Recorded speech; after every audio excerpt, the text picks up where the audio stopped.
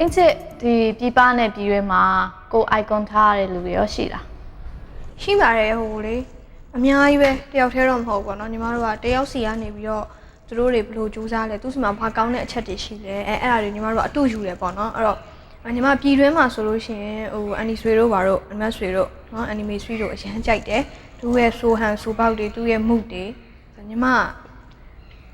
သူ့အရင်ကြိုက်တဲ့ခါကျတစ်ခါလေးကျရင်သူ့ရဲ့ဆိုပေါက်နဲ့အောင်ခတ်ဆင်ခြင်းလို့ဖြစ်သွားတယ်အဲ့နောက်ပြီးတော့အခုနောက်ပိုင်းဆိုရှင်မဖြူလှုပ်တာတွေသဘောကျတယ်မဖြူစမမတင်ဆက်တာတွေသဘောကျတယ်ဒီလိုမျိုးတွေပေါ့နော်နောက်ပြီးတော့ပြည်ပမှာကြတော့လေအများကြီးပဲကြိုက်တဲ့လူတွေကပြောမကုန်ဘူး music တစ်လိုင်းမှာ3ယောက်လောက်ကြိုက်တယ်ဆိုတော့ပြောစရာတွေအများကြီးဖြစ်တယ်ဟုတ်အင်းချစ်ကတော်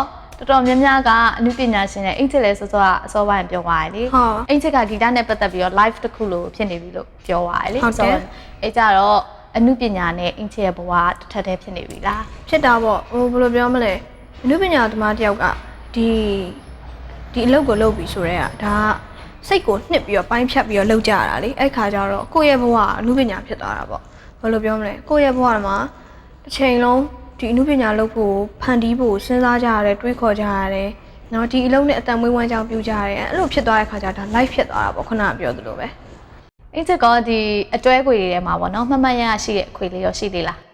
ရှိသေးတယ်မှာအများကြီးတော့ရှိရပေါ့နော်ဒါပေမဲ့အခုတစ်ခေါက်ထပ်ပြီးတော့ရွေးပေးချင်တာကငယ်တုန်းကပုံစံလေးလည်းပြန်မြင်လို့ရအောင်ပေါ့နော်နောက်ပြီးတော့အဲ့တချင်းကအင်းချစ်ဟိုတီ home တချင်းမှာပေါ့နော်ရိုက်ခဲ့တာပြုံးမှာမနေ့ပိုင်းကအင်းချစ်တို့တချင်းမှာဆိုကြတယ်ညပိုင်းကြတာအဲ့ခွေလေးကိုရိုက်ကြတယ်တချင်းတွင်းရိုက်တာပေါ့ဟုတ်တယ်တချင်းတွင်းရိုက်တာမန္တလေးမှာရိုက်တာတီ home ကလောက်တာပေါ့နော်ဒါပေမဲ့အဲ့တချင်းလေးနာမည်ကအချစ်ဆုံးတယောက်အဲ့တချင်းလေးကိုဘာလို့ရွေးရလဲဆိုတော့အင်းချစ်ကအဲ့တချင်းတော့မှတ်မှတ်ရအင်းချစ်တချင်းကိုပတ်စံနေအများကြီးစရပြီးတော့စိုးခွင့်ရတာကိုငှားရတာပေါ့နော်အဲ့စင်อ่ะပေါ့ပတ်စံနေအများကြီးရဆိုဝမ်းတာပေါ့နော်ကိုပထမဆုံးအချိန်ဒီလိုမျိုးခေါ်ရဲဆိုတော့ဟိုအရင်ရှေ့နေမှာလည်းတခြားတကြံစင်တွေစိုးဘူးတယ်ဆိုပေမဲ့ကိုကအဖေနဲ့လိုက်ဆိုတာနဲ့နောက်ပြီးတော့ကိုအမှုပညာကြီးပေးရအရန်နေတာနဲ့အဲ့လိုမျိုးလေးတွေပေါ့နော်ဆိုအဲ့စင်ကြတော့ကို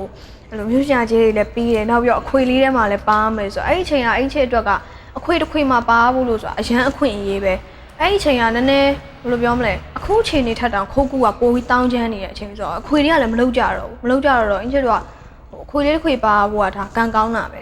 ဆိုတော့အဲ့ဒီတုန်းကလည်းဒါဝမ်းတာကြပါတော့အဲ့ဒီခွေက CD ထွက်တာတော်တော်ကြာပြီးတော့ VCD ကတော်တော်နောက်ကျပြီးမှထွက်တာတော်တော်နောက်ကျပြီးမှထွက်တော့အင်းချစ်စပင်ကတလောက်ဖြစ်နေပြီဒါပေမဲ့အဲ့ခွေထဲမှာဂုတ်ဝဲလေးနဲ့ပဲဟုတ်အဲ့လိုဖြစ်နေတော့တချင်းနာမည်လေးကအချစ်ဆုံးတယောက်တဲ့ချစ်ဆုံးကြောက်ရေးထားတာဘယ်သူရေးထားလဲကိုခမိန်နိုင်ရေးတာပါဟုတ်ပြီအဲ့ဆိုရင်အင်းချစ်ရဲ့ဒီ music traveler အပိုင်းတစ်ကိုအချစ်ဆုံးတယောက်နဲ့နှုတ်ဆက်လိုက်ရအောင်နော်တကယ်ပါအချစ်ဆုံးတယောက်ထပ်တော့ပူနေလားကွယ်အချစ်ဆုံးဖြေပါအောင် hey အချစ်ဆုံးတယောက်ထပ်တော့မပူပါနဲ့ကွာအချစ်ဆုံးမပူပါနဲ့ကွာ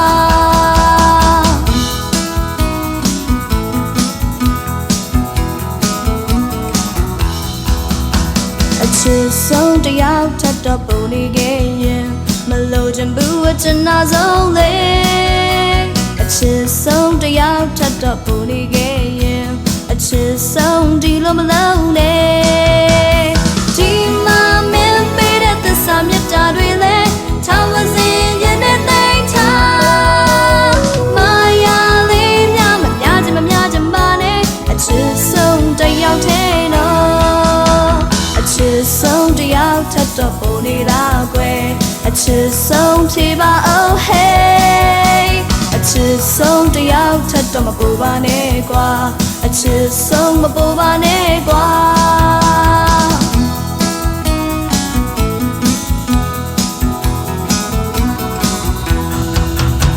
အချစ်ဆုံးတယောက်ထပ်တော့ပူနေခဲ့ရင်မဖြစ်ဘူးအချစ်နာဆုံးသေးအချစ်ဆုံးတယောက်ထပ်တော့ပူနေခဲ့ရင်အချစ်ဆုံးဒီလိုမလုံးနဲ့ကျင်နာလေးများတော့ချစ်ရင်မုန်းတော့မဝေးနဲ့တကယ်ကိုလေးခွင့်မပေးဘူး hey လို့ကျင်နာချစ်ကတယောက်ဆိုတယောက်ပါသေးလားအချစ်ဆုံးကဒီပေးနော်အချစ်ဆုံးတယောက်ထပ်တော့ပူနေလားကွယ်အချစ်ဆုံးဖြေပါအောင် hey အချစ်ဆုံးတယောက်ထပ်တော့မပူပါနဲ့ကွာအချစ်ဆုံးမပူပါနဲ့ကွာ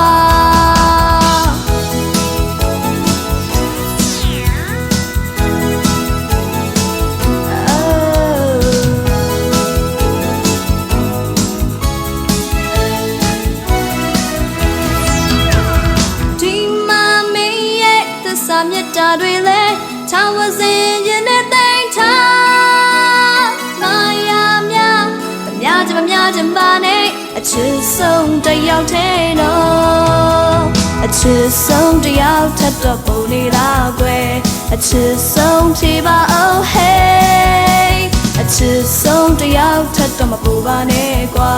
အချစ်ဆုံးမပူပါနဲ့ကွာအချစ်ဆုံးတစ်ယောက်ထပ်တော့ပုံနေခဲ့ရင်မလို့ချင်ဘူးအချစ်နာဆုံးလေအချစ်ဆုံးတစ်ယောက်ထပ်တော့ပုံနေခဲ့ရင်အချစ်ဆုံးဒီလိုမလုံးနဲ့ ကဲများပြီပြိသက်ကြီးရေအခုဆိုရင်တချင်းဆိုရင်အများနဲ့ပြုံးပြုံးလေးနဲ့ပြိသက်ကြီးကိုတွတ်တွတ်လက်လက်လေးဆိုပြတတ်တဲ့ဆိုတော့အင်ချစ်ရဲ့ Music Traveler အပိုင်း1ကနေပြီးတော့နှုတ်ဆက်လိုက်ပါတယ်ကဲအင်ချစ်ကအပိုင်း2မှာပြိသက်ကြီးကိုဆက်ပြီးတော့အတူတူခီးသွားဖို့ဖိတ်ခေါ်ပါအင်ချစ်တို့ဆက်လက်ပြီးတော့လည်းအပိုင်း2ကိုအင်ချစ်တခြားတချင်းလေးတွေနဲ့ဆက်ပြီးတော့တင်ဆက်ချင်ပါတယ်အဲ့တော့အပိုင်း2ကိုလည်းဆက်လက်ပြီးတော့ကြည့်ရှုအားပေးပါအောင်လို့အင်ချစ်ဒီညနေပြောချင်ပါတယ်ကျတို့အပိုင်း2မှာပြန်တွေ့မယ်နော်ဟုတ်ကဲ့ Champion beside me, oh man, guitar key there, oh, guitar key there.